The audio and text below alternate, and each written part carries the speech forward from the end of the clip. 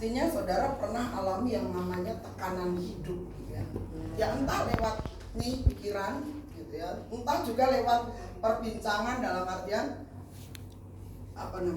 berinteraksi dengan sesama gitu kan.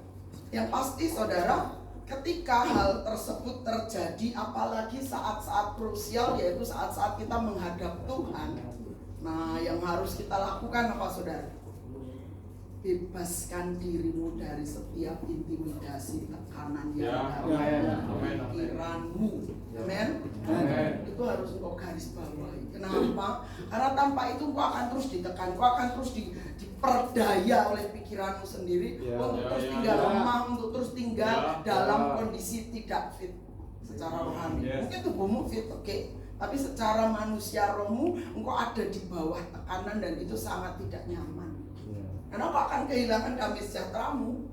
Kau akan melihat seseorang, melihat sesamamu menjadi sesuatu yang rasanya tidak nyaman di hatimu. Karenanya yang harus kau lakukan sama ketika Bartimeus, orang buta itu, ketika mendengar suara orang banyak datang rombongan Tuhan Yesus yang diiringi oleh pengagumnya gitu ya. Kita lihat tiba-tiba saja si Bartimeus atau siapapun itu menanggalkan segala jubah kemiskinannya, jubah tempat dia di mana rasa nyaman untuk minta-minta, diperhatikan, gitu kan. Nah itu dia kebaskan, artinya dia buang semuanya, dia harus ketemu Yesus. Biarlah sikap ini juga kita miliki. Karena begitu datang tekanan, engkau tidak boleh diam, engkau tidak boleh nyerah, dan engkau tidak boleh hanya pasrah. Kau harus bertindak karena ini bicara tentang dirimu dan Tuhan. Tidak bisa kita diam-diam saja. Karena begitu kita diam-diam saja, iblis makin punya keleluasaan menguasai hidup kita. Lewat pikiran kita yang mulai diselewengkan, mulai disesatkan, dan banyak hal yang buruk mulai datang dalam hatimu. Karena hati dan pikiran itu nyatu, saudara. Ketika engkau punya pikiran, hatimu tidak bersih, pikiranmu otomatis dipengaruhi oleh hal-hal yang nyata, nampak gitu. Fakta dan data itu akan kelihatan gitu, akan bicara kuat suaranya. Yang harus melakukan adalah bangkit dan tanggalkan. Artinya bangkit dalam kuasa roh. Engkau perkatakan, itu medan perangmu, saudara. Dituliskan dalam Lukas bahwa pikiran ini medan perang tersibuk. Makanya firman Tuhan katakan kenakan atau pakai selalu terang firman Tuhan. Pelitah dalam dirimu itu jangan sampai padam. Amin. Karena begitu ada serangan musuh lewat pikiran bertubi-tubi, apalagi baru satu aja saudara harusnya aware gitu ya, sadar, segera ambil keputusan untuk tanggulangi itu. Gitu. Apalagi sampai bertubi-tubi itu akan menjeratmu, mengikatmu dan melumpuhkanmu. Sehingga kau hanya punya pikiran satu, elek kabeh. Apalagi kau sedang alami masa-masa sulit dalam hidupmu. Wah, saudara hanya berpikir, Tuhan kok ngini toh, Tuhan gak adil. Nah, itu bisa muncul. Kenapa akumulasi dari rasa tidak puasmu, tidak bersyukurmu? Karena bertubi-tubi serangan datang di pikiran dan hatimu. Makanya yang harus engkau buat adalah segera kebaskan segala jubah duka citamu. Buang buang dengan sama dengan baik-baik dan jangan pungut lagi. Karena kadang-kadang tipuan si jahat di situ areanya. Susah-susahku masuk kau oleh Tuhan. Saya tahu aku tak menikmati kesedihanku, susahku, aku baru ditipu oleh orang. Ingat, itu hanya cara trik iblis untuk membelenggumu, untuk mengendalikanmu. Efesus 6 katakan, pergunakanlah selengkap senjata Allah. Selengkap loh saudara, nggak cuma 1-2 saja, tapi selengkap senjata Allah. Dari ujung kepala sampai ujung kaki itu harus terus pakai. Selalu dipakai. Nggak bisa ada lerene, nggak bisa. Karena begitu engkau lupa satu saja dari selengkap senjata Allah, itu area iblis tembak engkau dengan panah berapi. Panah si jahat. Dan panah si jahat itu, percayalah, karena dia adalah pengalaman dari sejak dunia diciptakan, si jahat itu, maka tidak akan ada yang lolos dari hidup. Tapi bukan berarti dia lebih berkuasa. Ini yang engkau harus waspadai. Bahwa bagaimanapun juga ketika engkau bangkit dalam kuasa roh, bahwa dia harus ada di bawah telapak kaki. Makanya jangan menyerah dan jangan pernah hilang pengharapan. Teruslah mengetahui medan peperangan di pikiranmu harus segera engkau tanggulangi. Nggak bisa ditunda, nggak bisa sesok, nggak bisa soben apalagi. Harus terus kau bangkit dalam kuasa. Senjata iblis, hari-hari yang jahat, masa yang sukar, dan panah api dari si jahat itu akan terus mencari celah di mana engkau bisa dilumpuhkan. Ada dulu istilah menembak bebek lumpuh. Nah, bebek wis lumpuh, sasaran lumpuh dong. Saudara sudah lumpuh karena pikiran-pikiran yang memenuhi hati dan pikiranmu, mengkacaukan konsentrasimu terhadap Tuhan. Maksudnya bukan konsentrasi apa, tapi fokusmu sama Tuhan. Kok nggak ubahnya kayak bebek lumpuh? Tinggal nggak usah tembak sampai 2 kali, 1 kali aja sudah selesai. Nah saudara, Tuhan mau kok nggak jadi bebek lumpuh gara-gara banyaknya pergulatan dalam pikiran. Amin. Ingat baik-baik area pikiranmu, hatimu nyambung, dan itu medan peperangan yang paling sibuk. Sibuknya apa ya? Kita buat sendiri sibuknya. Kita lagi ngelamun sih, nggak usah ngelamun. Kelingan sesuatu terus saudara akomodir dengan cara apa? Dieling-eling dari zaman biyen nganti zaman saiki. Makanya seringkali nasihat pada wanita-wanita gitu ya. Kalau engkau tuh punya masalah dengan pasanganmu, jangan pernah kalau sudah mengampuni selesai tutup buku. Kenapa? Karena ini wanita seringkali bilangnya gini, udah meneh tau. Nah, akibatnya apa? Suami kembali terluka. Kalau sudah mengampuni selesai tutup buku, bar. Gak perlu dieling-eling meneh. Karena ini perempuan nih ya kayak Hawa itu loh saudara, gak mau salah dewi. Ada salah 3, ada memang. Gak mau dia, tetap dia nyeret pasangannya lah kur-kur. Ya di situ loh kerjasama antara seorang suami dan istri itu dibutuhkan. Nggak bisa salah satu pihak saja yang dipersalahkan, gitu ya, nggak bisa. Dua-duanya salah. Bahkan nih, ketika pasangan ini padu, nggak tahu kenapa kok saya masuk ke sana. Kalau pasangan satunya diem, jadi nggak itu perangnya. Nah, padunya itu jadi kan ono tandingnya. Orang meh tinju baku tinju koyo ngopot, canggih koyo ngopo yang nek musuhe gak dadi. Arep musuh apa sansak. Capek dhewe tangane iso ceplek dhewe gitu kan. Sansak dia ndak bakal melawan juga. Nah, itulah kondisi pasangan suami istri. Maka yang harus terjadi ini orang Jawa punya unen-unen sing waras. Saya harap semua kita di sini waras. Amin. Aja pikir mentang-mentang aku wis rambut bojo terus bisa ngono. No. Saya juga sedang terus memerangi diri saya loh. Karena mungkin sparring partner saya bukan lagi suami gitu loh. Tapi masalah-masalah yang kecil-kecil ketika saya simpan di hati, itu mencemari hatiku, merusak pikiranku. Aku jadi bisa berpikir yang aneh-aneh tentang orang lain, tentang keluargaku, bisa jadi. Mungkin aku diam-diam enggak pernah ngajak padu anak-anakku, enggak, gitu ya. Tetapi ya itu yang harus kita semua waspadai, disimpan. Biasanya jadi apa Bapak Ibu? bom waktu. Sadar roh itu jadi bom waktu. Pada waktunya, yo aku tak sabar. Tapi sabarnya bukan dibuang disimpan, sitek, diendem. Kayak sedang merendam sesuatu yang panas. Wah, akumulasi begitu banyak panasnya, wis gak iso lagi diredam. Ya terjadi ledakan eksplosif, high eksplosif, dan itu merusak.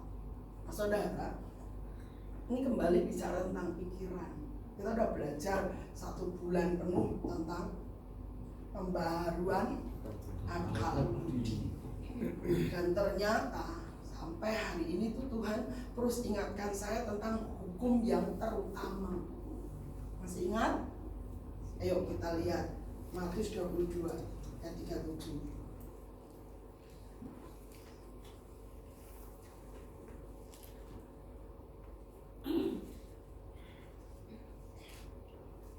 Oke, udah ketemu? Dimulai aja dari 34. Matius 22 ayat 34 sampai dengan ke-40. Yuk kalau udah ketemu kita baca bareng-bareng. Nah, siap? 2, 3.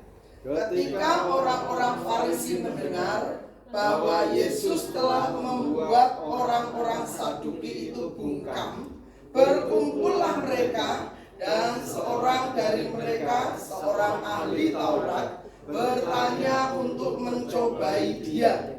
Guru, hukum manakah yang terutama dalam hukum Taurat? Jawab Yesus kepadanya, kasihilah Tuhan Allahmu dengan segenap hatimu, dan dengan segenap jiwamu, dan dengan segenap akal budimu. Itulah hukum yang terutama dan yang pertama. Terus, dan hukum yang kedua yang sama dengan itu ialah kasihilah sesamamu manusia seperti dirimu sendiri. Pada kedua hukum inilah tergantung seluruh hukum Taurat dan kitab para nabi.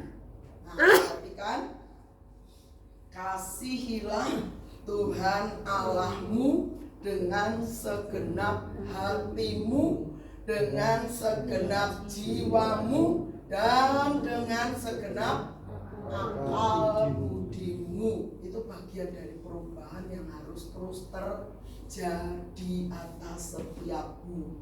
Transformasi memang mungkin tidak sekaligus berubah, tapi ketika kita memberikan ruang firman berbicara dan berkuasa atas hidup kita, mau tidak mau perubahan harus terjadi. Amen. Mau tidak mau perubahan harus nyata. Amen. Tanpa itu kita yang merugi.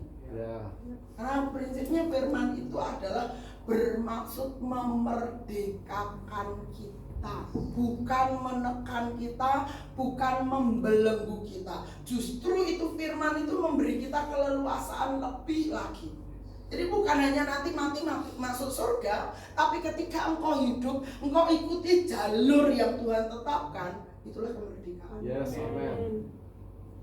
Karenanya dalam Injil Yohanes dikatakan, firman-Kulah memerdekakanmu. Artinya ketika firman kita taati, ketika firman kita hidupi, maka firman itu akan memerdekakan kita dari berbagai tuduhan. Yes, amen. Ya. Mungkin tuduhan tetap datang, tapi kok dengan bebas, dengan mudah berkata, aku sudah selesai dengan Amen. Hatiku udah tahir. Tuduhan boleh datang, boyak. Kenapa? Karena memang kau sudah beres di hadapan Tuhan. Amen. Bukan boyak karena kau tidak bertanggung jawab. Nah, itu dia. Tuhan mau tiap-tiap kita menyadari hal tersebut, ya. Sekalipun mungkin dikatakan di ayat pertama, maksudnya bagian pertama, ini orang-orang Farisi ini ndak terima kalau dulure yang bernama orang Saduki yang tidak percaya kebangkitan ini dibuat bungkam sama Tuhan. Dijawab pertanyaannya dan mereka dibuat tidak bisa apa-apa meneh. Diskakmat kata orang main catur. Kalau udah skakmat ya wes gitu kan. hari denger wis gak iso apa-apa, ora iso obah. Nah ini dia yang terjadi dengan orang Saduki lewat jawaban Tuhan Yesus. Dan koncone kroninya gak terima. Sehingga mulai memberikan, sodorkan pertanyaan yang sifatnya mencobai. Biar ini tidak ada spirit mencobai dalam diri kita. Amin. Yang ada adalah spirit untuk mempercayai setiap firman Tuhan. Amin. Ya. Mungkin masih jauh panggang dari api. Mungkin kita belum, aku rung isoi kaya ngono, itu oke, nggak masalah. Nggak usah banyak saudara berpikiran apa-apa. Tuhan itu Bapa yang Maha Tahu. Yang pasti engkau lakukan bagianmu yang bisa engkau lakukan. Ya. Sedikit cerita saudara. Kemarin saya ditelepon oleh saudari saya dari CPN gitu, yang sering kali kirim daftar nama orang-orang yang butuh dilayani. Nah sekian waktu saya sudah berusaha yang jauh, saya kasih minta tolong teman yang lokasinya dekat, itu pendeta juga, untuk melayani, lanjutkan pelayanan ini. Nah yang masih seputaran area Sragen itu saya coba hubungi, saya coba datangi, dan bila perlu dia saya undang untuk datang. Nah kemudian singkat cerita, ternyata nih ibu dari CPN ini juga punya perasaan yang sama. Saya berpikir, aduh, aku belum bisa membawa orang itu kepada Kristus dalam artian di gereja ini. Itu sedikit menjadi tekanan bagi saya, nggak enak hati. Saya cerita, nah belum lagi saya cerita, saudara, si ibu dari CPN pun juga cerita. Kita juga nggak enak hati loh Bu. Tiap memberi info tentang jiwa yang butuh dilayani, kok kayaknya nggak nyangkut istilahnya, nggak ada di gereja tempat ibu. Loh, kok bodoh? Saya bilang, saya juga punya perasaan yang sama Bu. Oke, kalau begitu kita sama-sama paham semua itu dalam kendalinya Tuhan. Nah, akhirnya saya lego, beliaunya juga lego, dalam artian oke, ketemu di titik yang sama. Nah saudara, ketika engkau ada sesuatu ganjelan apapun, masalah apapun, sekecil maupun sebesar apapun, ketika engkau ketemu Tuhan, engkau akan rasakan kelegaan yang sama. Amin. Kenapa? Karena Tuhan punya gagasan yang besar. Mungkin kau belum gitu, it's okay. Gak perlu kau merasa, wis Tuhan gak usah, orang usah, aku gak bisa dipercaya. Enggak. Tuhan gak kayak gitu.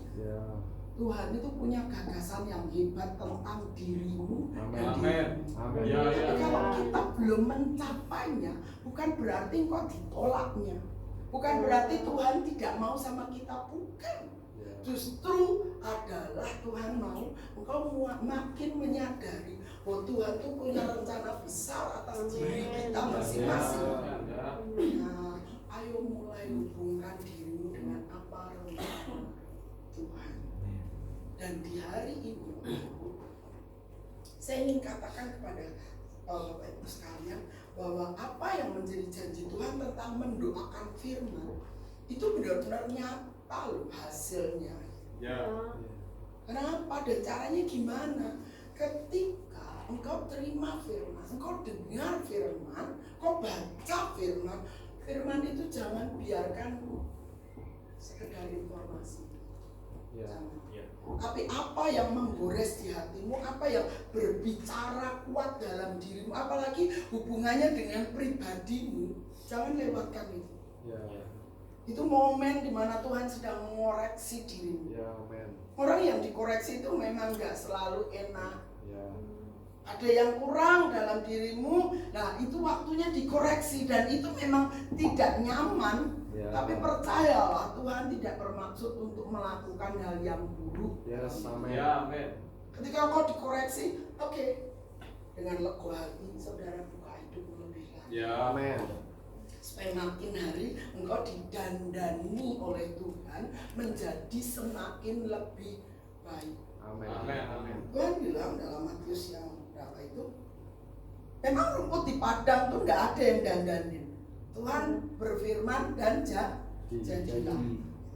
Tuhan berfirman, iki kembang warnanya seperti ini, didandani dengan benges mungkin gitu kan. atau Lombok dari awalnya seperti ini akhirnya jadi merah. Dia tidak pernah bergulat tentang itu. Mungkin kau bilang ya memang itu. Nah itulah dia. Bandingkan hidupmu ketika engkau lahir itu sebenarnya dalam Mazmur 139 Tuhan tuh sudah memiliki rencana sejak kita di kandungan ibu. Amin. Jadi nggak perlu bergulat, nggak perlu bergumul, apalagi menentang.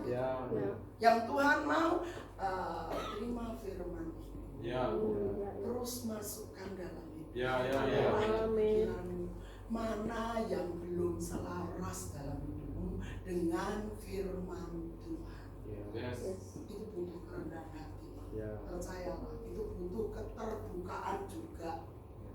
Karena bagi orang-orang tertentu dikoreksi itu bukan sesuatu yang enak. Aku ki wis tenanan kok ijek kurang kok meneh. Jadi kita pikir kalau sudah tenanan itu ya wes gitu. Nggak gitu saudara. Justru bukan karena Tuhan nggak lihat tenanan kitanya. Karena justru karena kita nih udah tenanan. Nah Tuhan lebih perhatian intens di situ. Ketika kita ini punya kerinduan Tuhan, aku pengen mengenalmu lebih. Ya. Tuhan membuka jalan dengan mungkin lewat masalah. Tujuan Tuhan apa? Seperti doamu, yaitu mengenal Dia lebih lagi. Kadang-kadang kita sendiri udah berdoa lali dengan doanya. Tuhan, lihat hatiku. Nah, ketika Tuhan tunjukin bagian hatimu yang terdalam, yang masih nyimpan ada sedikit goresan, kita malah muring-muring. Kita malah nggak terima. Kita malah bilang, Tuhan kok ngiling-ngiling ke sini, aku kijane wis lali. Nah, kadang-kadang sikap kita ini loh yang menjadi penghalang. Makanya, mari Bapak Ibu, Tuhan ingin tiap-tiap kita mulai menyadari. Kasihilah Tuhan Allahmu dengan segenap hatimu, dengan segenap jiwamu, dan dengan segenap akal budimu. Itu sesuatu yang memang tidak bisa dilihat secara kasat mata, tetapi tiap pribadi kita tuh bisa merasakan. Merasakan apa ya? Merasakan bahwa engkau mencintai Tuhan itu sampai di taraf mana. Ketaatanmu, karena cinta itu kan hubungannya dengan ketaatan gitu. Kalau kepada orang yang lebih tinggi, kalau kepada pasangan cintamu, nah, saudara nggak akan biarkan perselingkuhan ada kan gitu. Nah itu dia yang Tuhan mau tiap-tiap kita mulai menyadari seberapa cintamu sama Tuhan. Itu terus uji diri. Dan dengan demikian dikatakan lebih jauh, itu baru hukum yang pertama, terutama dan yang pertama. Hukum yang kedua yang sama dengan itu, yang sama loh saudara, linear gitu ya. Kasihilah sesamamu manusia seperti dirimu sendiri. Itu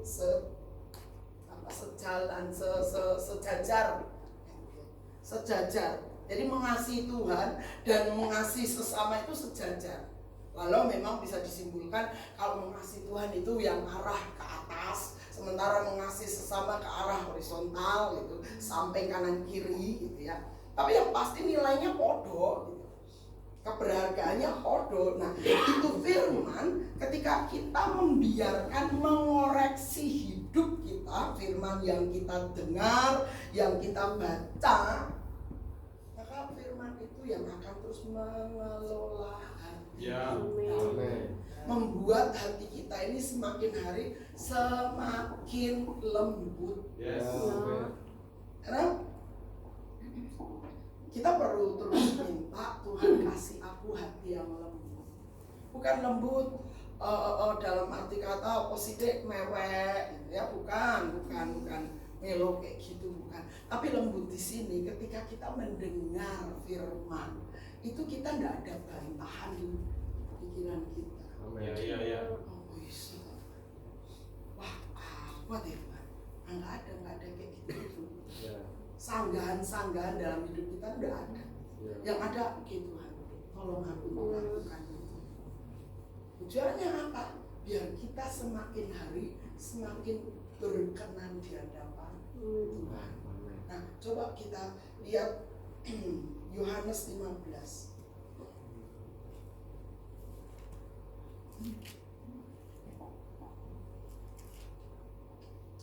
Ayatnya yang ke-7 dan 8. Yohanes 15 ayat 7 dan 8. Oke, tolong dibacakan. Yohanes 15 ayat 7 dan 8 dengan firman Tuhan.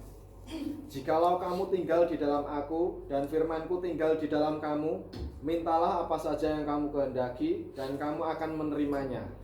Dalam hal inilah Bapa-Ku dipermuliakan, yaitu jika kamu berbuah banyak, dan dengan demikian kamu adalah murid-muridku.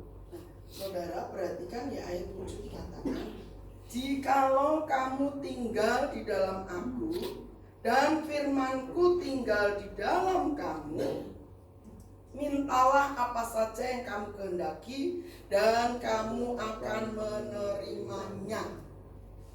Bagian terakhir tuh pasti menggugah kita gitu. Minta apa saja yang kamu kehendaki dan kamu akan menerimanya. Wow gitu kan, wih hebat gitu. Tapi perhatikan di bagian awalnya, bukan prasyarat ya, lebih kepada gimana cara kita memperoleh jawaban dari setiap kebutuhan dan doa kita. Yaitu membiarkan kita yang ada tinggal di dunianya Tuhan dan firman Tuhan nyata di kehidupan. Salah satu nabi zaman dulu kalau bilang, di hadapan Tuhan yang aku hidup, aku menyampaikan firman Tuhan. Artinya saudaraku, nih hamba Tuhan, nih nabi, dia hidup dalam dua dunia. Artinya saat dia menyampaikan firman, itu dia terima firman itu, dengar itu dari sang pemilik firman. Artinya dia tetap ada di hadapan hadirat Tuhan, sementara dia bisa sampaikan firman itu kepada yang mau mendengarnya. Nah, apa yang harus kita buat? Ya kita juga posisikan diri seperti itu gitu. Membuka diri begitu rupa, karena kita percaya yang disampaikan adalah firman Allah, Tuhan yang berfirman. Seberapa mampu kita menerimanya, lakukan itu. Tanpa ada pertimbangan manusia yang seringkali jadi sandungan. Ngeli. Tuhan mau yang kayak gitu setiap hati kita. Amin.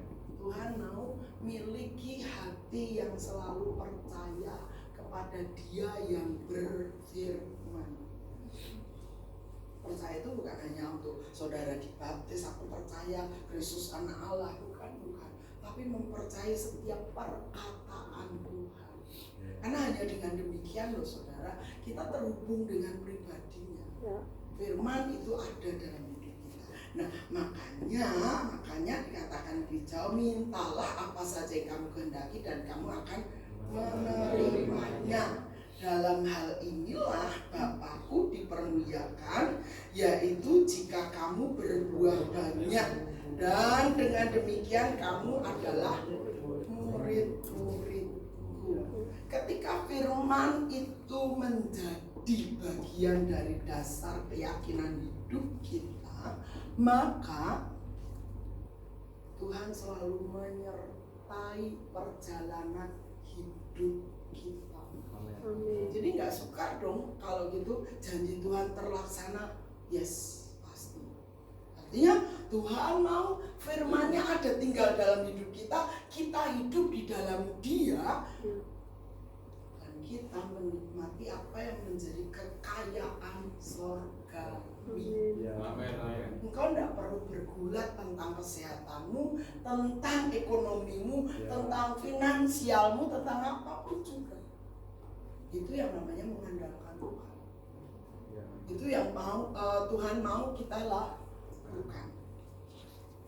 Jadi tadi kan pasal ini bicara tentang pokok anggur yang benar. Di luar aku aku, Tuhan bilang, engkau tidak bisa berbuat apa-apa. Yes, benar. Di luar Tuhan, nggak ada yang bisa kita hasilkan. Ya.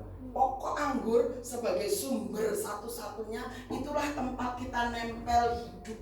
Ya, Itulah amin. tempat kita menggantungkan hidup kita Amin. kepadanya. Ya, ya. Sehingga dengan demikian saudara, aliran kehidupan yang dari pokok itu tadi membuat hidup kita juga jadi hidup. Amin. Amin.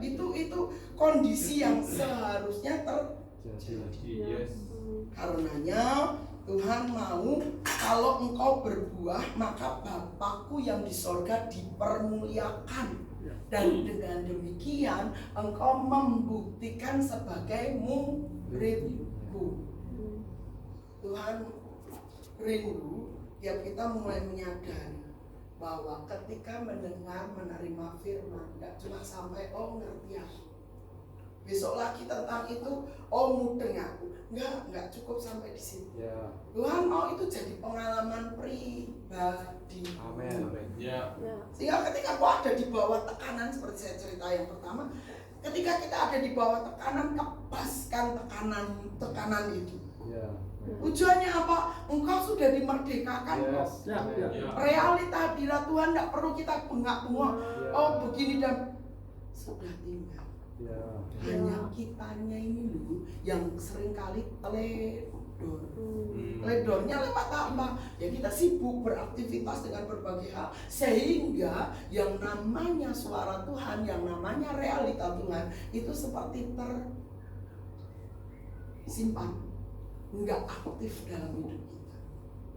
Makanya sang Nabi Elia kalau nggak salah, di hadapan Tuhan aku hidup dan sekarang aku ada di hadapanmu menyampaikan firman Tuhan. Dua dunia sekaligus ada dalam dirinya. Kenapa? Karena memang dia mengakses terus realita Tuhan. Ya. Dia sadar terus realita Tuhan itu ada dalam hidupnya gitu. Dia tidak keluar masuk, enggak. Dan dia tidak izinkan dirinya keluar masuk. Nah begitu juga dengan hidupmu. Jangan biarkan keluar masuk itu Roh Kudus, keluar masuk itu realita Tuhan. Tapi biar dia stay dalam hidupmu, tinggal dalam hidupmu. Lewat kerjasamamu dengan Roh Kudus. Yes. Mengingat firman, memperkatakan firman, mendoakan firman ini biar jadi bagian hidupku Tuhan. Jadi pengalamanku Tuhan. Kayak gitu semua. Karena orang seringkali kan berpikir Tuhan nyata ketika terjadi mujizat. Makanya orang kejar-kejar mujizat. Ya. Saya kalau bicara tentang KKR gitu ya, saya hanya bertanda tanya. Emang butuh KKR ya tiap hari? Coba saudara pikir, apakah KKR itu kita butuhkan tiap hari gitu? Artinya nenek KKR, wah pokok baik jos ning kono. Sesuk ning Solo, parani meneh, sok ben ning Klaten, Melayu meneh rono. Enggak kayak gitu kali. Yang harusnya KKR itu ada dalam diri kita. Amin. KKR itu menyadarkan kita tentang keberadaan Tuhan dalam hidup kita ini loh. Amin. Nggak perlu kita ya sesekali sih oke lah gitu ya. Tapi yang pasti suara itu harus nyatu. Kalau suara itu bicara tentang berkat. Saya bilang, sudahlah, berkat nggak usah diuyak-uyak. Kalau sudah jadi berkatmu pasti datang kok. Saya enggak bukan melarangmu untuk hadir gitu. Dulu ada sing namanya KKE. Kebaktian kebangunan ekonomi atau apa lupa saya. Memang waktu itu kok ekonomi lagi terpuruk-terpuruknya di Indonesia. Tapi saya hanya berpikir, akankah terus kayak gitu? Ada kesehatan mungkin, terus masalah butuh orang lain yang berdoa. Nah kenapa enggak kita yang berdoa sama Tuhan gitu? Tuhan, ini ekonomiku kok lagi sulit ya? Apa maksudmu Tuhan? Apa yang menjadi rencanamu dan apa kesalahanmu? Jangan lupa itu. Apa yang tidak akurat dalam hidupku sehingga menghambat berkatmu datang atas hidupku. Itu yang harus kita buat, saudara. Bukan dengan kita terus pergi KKR, KKN. Nah, apalah artinya kita pergi KKR, dari KKR ke KKR berikutnya kalau kita sendiri tidak terus mengalami kebangunan dalam hidup sehari-hari. Habis KKR tidur lagi, habis KKR berdosa lagi. Lah ngapain KKR? KKR itu menolong orang-orang yang baru. Nah, sementara kita ini sudah orang lama, yang harusnya terus menyadari Tuhan ada dalam hidup kita. Maka yang harus terus kita expose tuh keberadaan Tuhan dalam hidup kita ini loh. Realita Tuhan dalam hidup kita ini loh, yang tidak pernah ninggalin kita. Kitanya yang keluar masuk, kitanya yang tinggalin Tuhan. Makanya di sini Tuhan mau kita belajar untuk tinggal di dalam Tuhan dan firman-Nya tinggal di dalam kita. Dengan seperti itu, kau akan menikmati yang Bapakmu sudah sediakan. Apa tuh? Ya segalanya. Oh, Bapak kita yang memiliki bumi ini kok dan isinya. Tapi ingat, kalau tadi orang-orang Farisi geram sama Tuhan sehingga memberi pencobaan sama Tuhan lewat pertanyaan, kau jangan punya motivasi lain kecuali membuat Tuhan dimuliakan. Artinya gini, ketika kita berdoa, ketika kita memohon sesuatu, bukan untuk memuaskan keinginanmu, garis bawah itu. Karena dalam Yakobus hanya untuk memuaskan keinginan kita, percayalah doamu akan mabur hilang tiga wangi. Tuhan tidak mau kita hanya hidup dari hawa nafsu keinginan kita. Tuhan mau kita hidup berdasarkan apa yang Tuhan ucapkan, sehingga hidup kita ini mempengaruhi orang lain. Karena tanpa itu saudara kita mau koyong ngopot istilah usaha nih, kalau nggak dalam berkat Tuhan ya wis. Nah di sini Tuhan mau kita menyadari ada berkat Bapa untuk kita. Dan berkat Bapa itu harusnya tiap kita menyadari sebagai Bapa yang baik, Dia tidak pernah melupakan anak-anaknya. Tapi di sini yang ngaku anak Tuhan, boleh angkat tangan boleh. Gak usah ragu-ragu. Orang-orang yang tak kawan ngaji. Saudara anak Tuhan? Yakin tenang. Ya tak uji lah itu. Maksudnya tak uji. Tenang yakin. Kalau yakin, nah pastikan engkau terus menikmati berkat Bapa. Kalau berkat Tuhan itu dinikmati tuh. Matahari terbit dari timur, semua orang menikmati. Hari ini dingin, semua orang bilang wah demik. Nanti siang matahari terik banget, cetar katanya. Ya semua orang menikmati, itulah berkat Tuhan. Tapi berkat Bapa itu spesial untuk anak-anak. Ya, pastikan kau terhubung sebagai anak dengan Bapa. Jangan pernah lupakan itu. Apapun kondisi dan situasi yang kau hadapi dan alami, ketika kau nyadar Bapakmu tidak meninggalkanmu, kau tidak akan pernah dan tidak boleh menjadi bimbang. Tuhan akan terus menyertai hidupmu. Tuhan akan terus menolong keberadaanmu. Makanya teruslah hidup dalam dunianya Tuhan dan firman-Nya ada dalam. Mari kita datang.